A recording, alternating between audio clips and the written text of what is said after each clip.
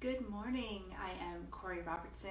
I am the founder of the Corey Robertson Coaching Academy for Leaders, and I'm an executive coach working mostly with leaders in high tech. So today,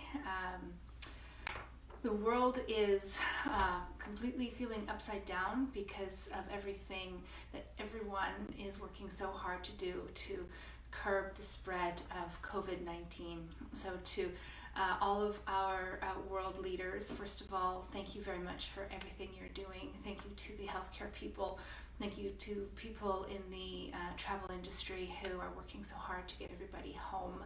And thank you to everybody who is taking all the measures they need to take to keep the world, to keep everybody else, to keep this great big huge giant community of planet Earth well and safe and healthy. So for those of you who are just coming on, I am Corey Robertson. I am the founder of the Corey Robertson Coaching Academy for Leaders, and I work mostly with leaders and aspiring leaders in high tech.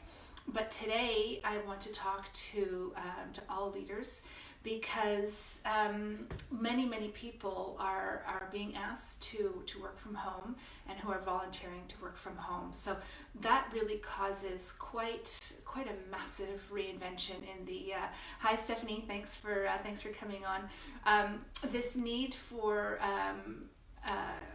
coming and working from home and changing the workday and the workday process is really going to be quite a transition for a lot of people.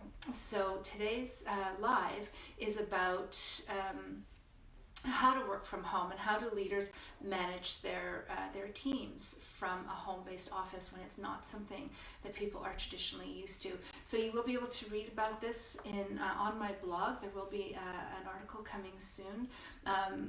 We just finished it this morning, so I wanted to share some of the highlights on how to work from home. Now, working from home is something that I have been doing for years, and in a minute I'll give you a tour of my home office so that you can see how I'm set up, and you can take whatever bits and pieces of tips and tricks that you think will be useful to you, and also I want to make myself available to you to help you out. So those of you who still want some extra help, you can book a call with me,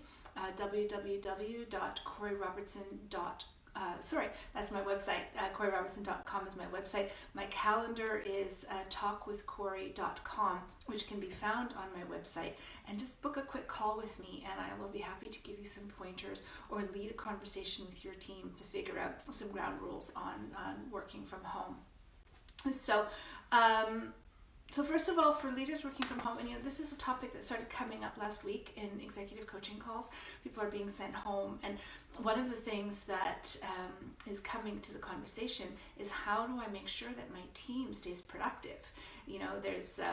There's a concern that everybody is going to overindulge in daytime TV, the very first chance they get to be working from home.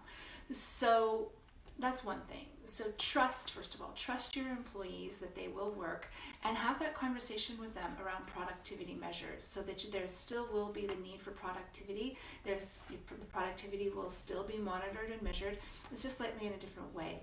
So that's number one, is trust your employees, know that people will be doing their best to get work done, and be clear on what the expectations are. Be clear and be realistic. One of the things that people often find, and I hear this all the time, and you will start hearing this as well from your direct reports, people will be saying, I got more done before lunchtime on Monday than I can normally get done in an entire week at work. And the reason for that is because when we work from home, we have much fewer interruptions. Now, you've heard, I'm sure by now, about all of the pitfalls and the downfalls associated with multitasking and associated with interruptions. So for example, and I will have this information and these stats in the blog article, but it takes 25 minutes, an average of 25 minutes to recover from an interruption. So that means you're concentrating on something, you're maybe in that beautiful flow zone, or trying to focus on what you're doing, and then somebody comes and knocks on your door and they say, you got a minute? I used to have a colleague like that. She, my doggy's in the background, shaking and making noise with his collar. My colleague used to come in and interrupt me constantly because she needed to collaborate. She needed to bounce ideas around. She needed to check in on information to make sure that her ideas were still well aligned with strategy, and she needed the constant reassurance. So she was pulling me off my task because she was relying so heavily on me to help her get her work done. So it takes about 25 minutes for somebody who is interrupted to get back into what they were thinking about, and that's why working from home can be so much more productive, because those distractions and those interruptions are limited.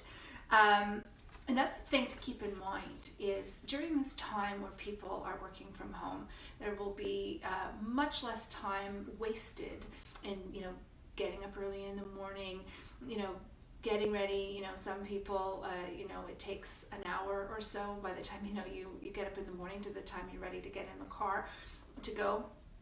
And then it's another, sometimes half an hour, 45 minutes, an hour or more commuting.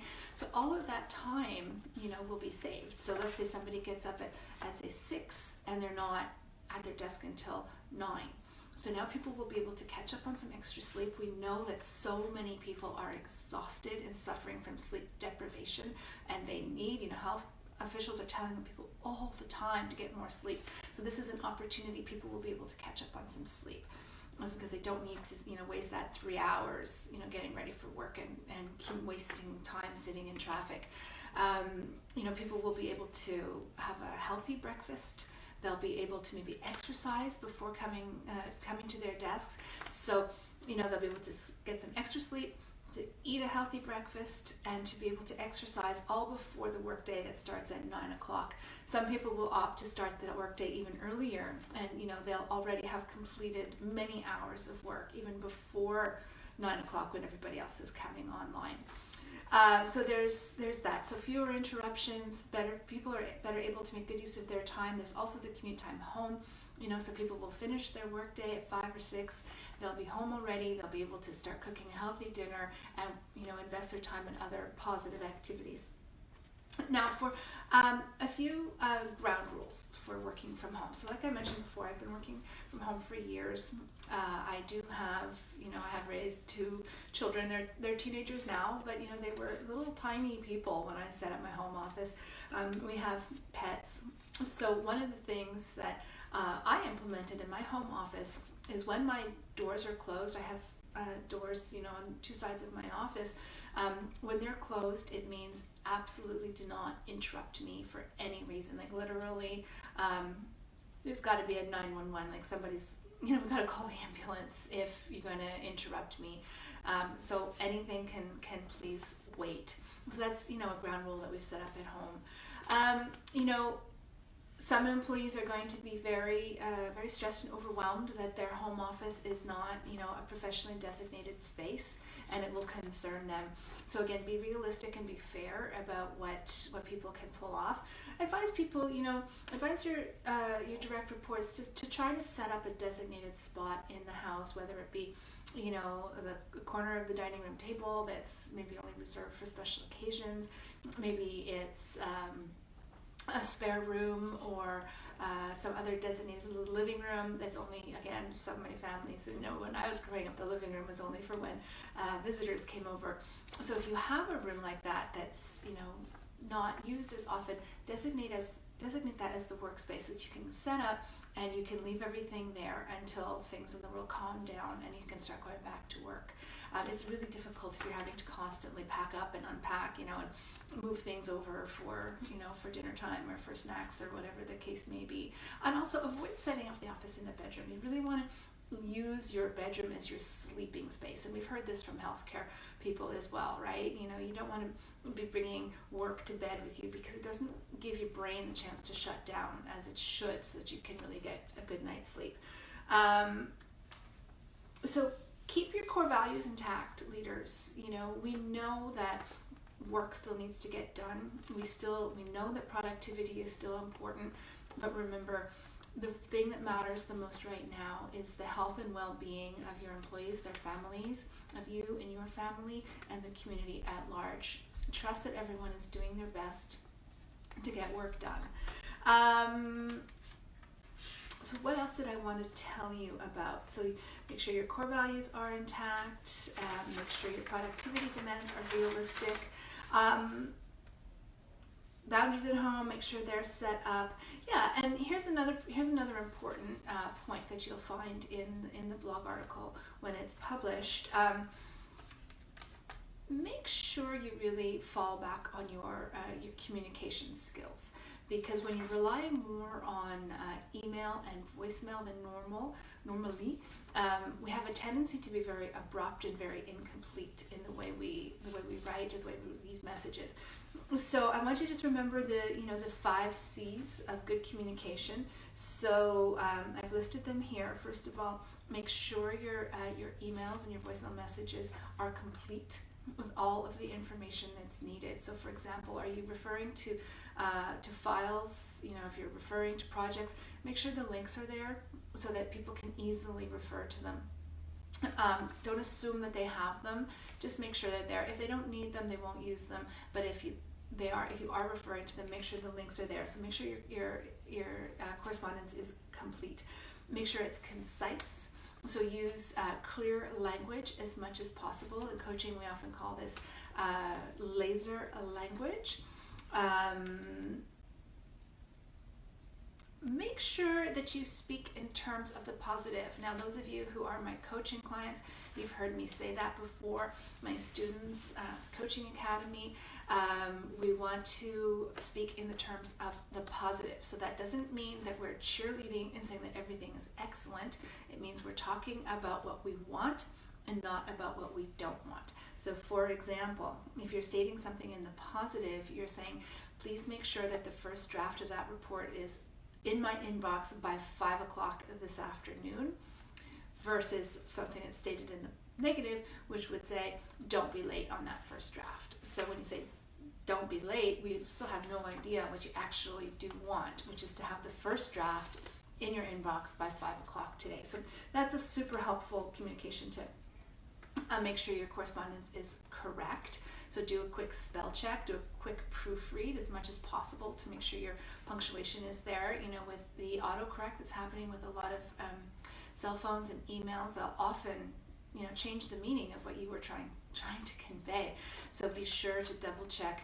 Even something as simple as a comma can really throw off the entire meaning of what you meant to say. So be sure that you just proofread and that your correspondence is correct as much as possible. I always ask the people who help me on my team to please proofread for me. I call myself the typo queen, and I really always do need an extra set of eyes looking things over for me, and I do my best to pay special attention to make sure I catch as many typos before they go.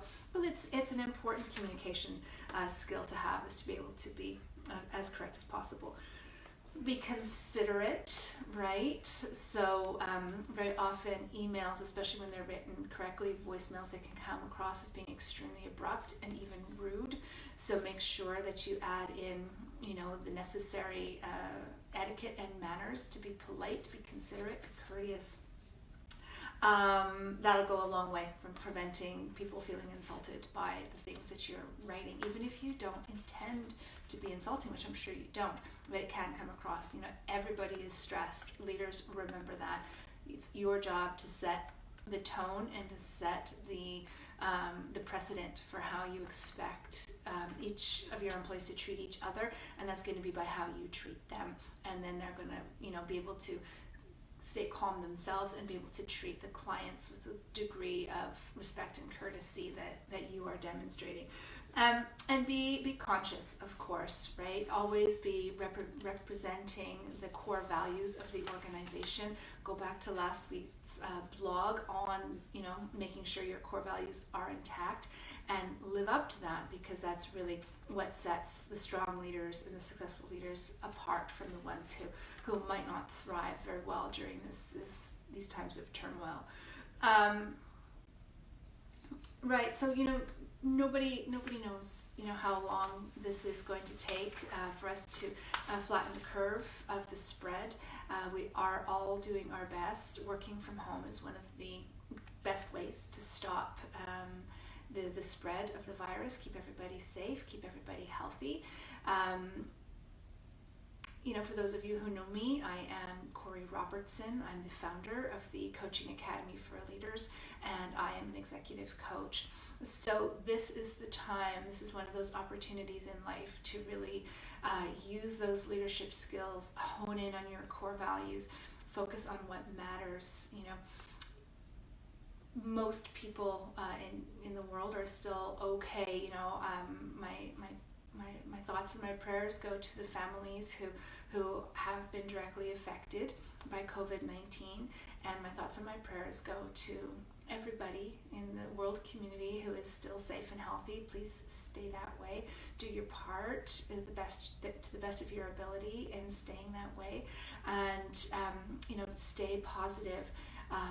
Right now I'm feeling very lucky, and my whole family is at home right now, and that makes me feel safe. I know my sister's family is at home right now. My parents are at home right now, not in my house, but in their own homes, and so everybody is okay, and just keep that in mind. Do what you can do, and keep a level head as much as possible. Be realistic, be fair with your employees.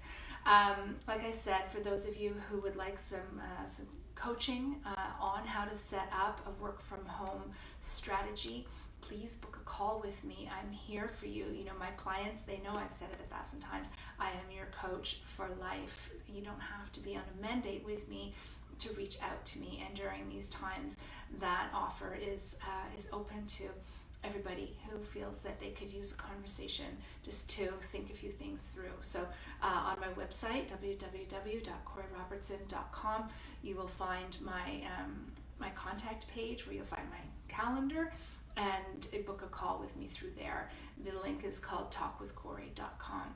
So be well, stay well, do well, and I will look forward to reading your comments. If you have any, I'll answer them, and I will look forward to getting on a call with you if you want to speak with me for some extra coaching. So have a great day. Oh, and I did promise, before I sign up, I did promise you that I would give you a quick tour of my office so I could show you how I'm set up. So let me just take you off my corner here, and I'm going to show you how we're set up here. So let's see, this is my light set up for my phone when I'm videoing. Here is the couch on my office. Here are my notes. This is where I'm often sitting to coach. Over here I have my little exercise set up. By the way, I exercise with Sherry Thacker. She offers online fitness classes. So we go on by Zoom, and she's there giving the class, and all of the people in the class are working out from their homes. So thank you, Sherry, for that excellent setup. That's Sherry Thacker, and it's an online gym. So those of you whose gyms are closed, I highly recommend you reach out to Sherry Thacker and see if her online gym operation is suitable for you. So back to my tour. So over here I have my desk, and I have to admit I did tidy it up a little bit because I was planning on showing it to you. I'm usually a messy desk person. And here are the doors that I was telling you about that are closed when I am not to be interrupted, and that's about it. So this is my setup. It works beautifully for me. I have my extra little storage spaces you see here, so I can try to keep my office fairly tidy. I think there you go.